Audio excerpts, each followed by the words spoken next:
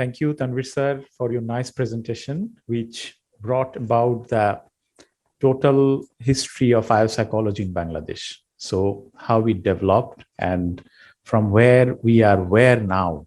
So that has been clearly depicted in this presentation, as well as our future plan regarding this course, regarding the development of biopsychology has been also depicted. So at this stage, we have amongst us Professor Dr. Kamaluddin, who is currently leading the psychology in Bangladesh. So I would like to request Professor Dr. Muhammad Kamaluddin sir to tell his view, to share his view regarding the development of biopsychology in Bangladesh. Dr. Kamal sir, please.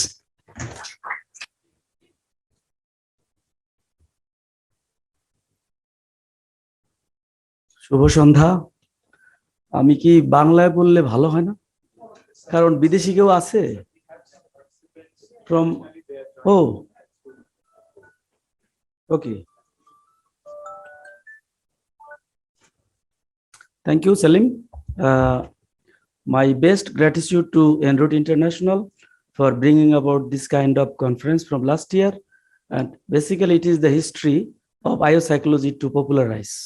Even though psychology began in Bangladesh as part of philosophy in 1921, Hamida Appa knows the history. Since then, psychology was practiced and different branches of psychology was there, including industrial psychology.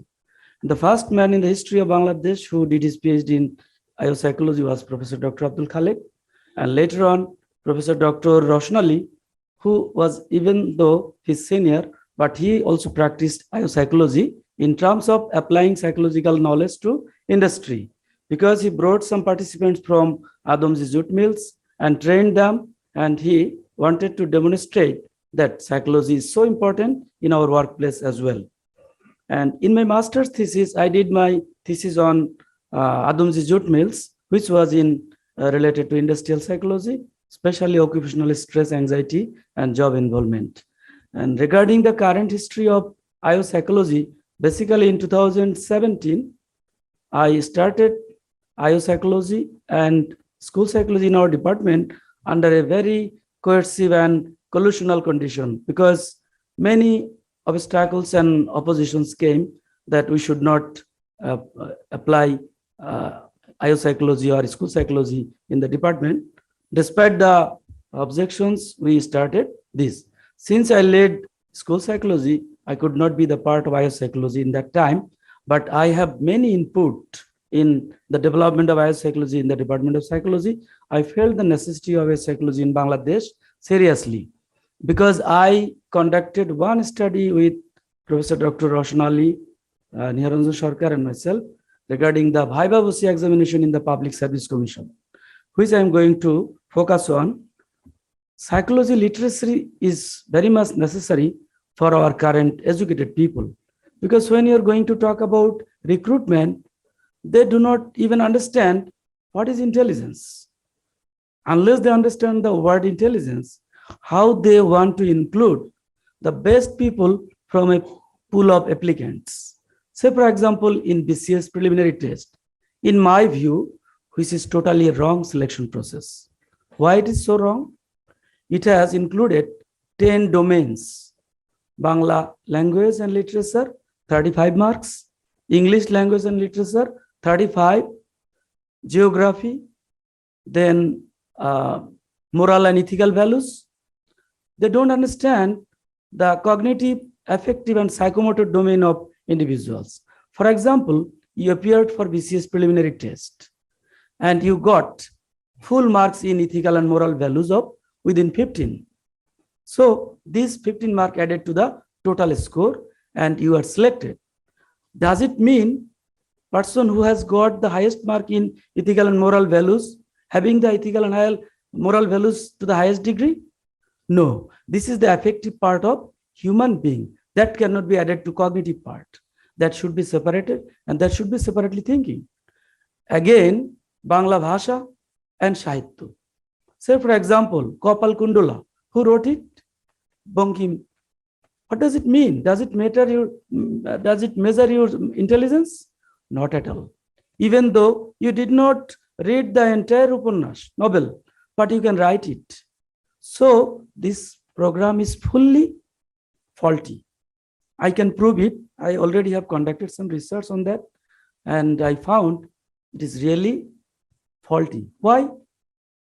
If you go to any university library, you'll find all students are reading MP3. Why? MP3 is for general knowledge, current knowledge, so on. And these students are not studying their own course. So in this way, bureaucrats are taking away our brilliant students into other activities. So when you are graduating, you are having some knowledge in general knowledge, but your subject knowledge is very poor. So that's why gradually university students are ruining themselves. And BCS preliminary test is indirectly ruining the entire nation. So this preliminary test is highly faulty, highly defective. Now coming to the whole test, out of 200, so for example, you are getting 70. Myself got 70. Daud Bhai got 70. Does it mean all three having the same 70 scores have the same ability? No. Item response theory in psychology suggests the different picture. For example, you got full marks in Bangla Bhasha and Sahitya, Ingrezi Bhasha and Sahitya. Out of 35, you got 70. But another person who got 10 in mathematics, 10 in mathematical ability, 10 in mental ability, 10 in reasoning, and total he is also having 70. These two persons are different because you can put them in ability and you'll find the same 70 does not mean 70. So psychological ability cannot be measured in this way. So it should be focused by IO psychologist. And IO psychology requires some mathematically aptitude persons. That's why I propose in our MPhil and PhD degree that vertical alignment should be abolished. By vertical alignment, I mean somebody has got their graduate in psychology and necessarily he or she can pursue his or her master's and PhD also in psychology. Why? Why a computer scientist graduated cannot be a part of psychology program? Why a commerce background students cannot be a part of IO psychology program in master's and PhD? That should be abandoned because this is knowledge is not vertically aligned like psychology graduate will do undergraduate, next master's, next MPhil, next PhD. That's why we are not getting diversity of population in our psychology program. And I already passed these things in our academic committee, and we will soon upload in our website that anybody having the aptitude of doing psychology research can pursue MPhil and PhD degree.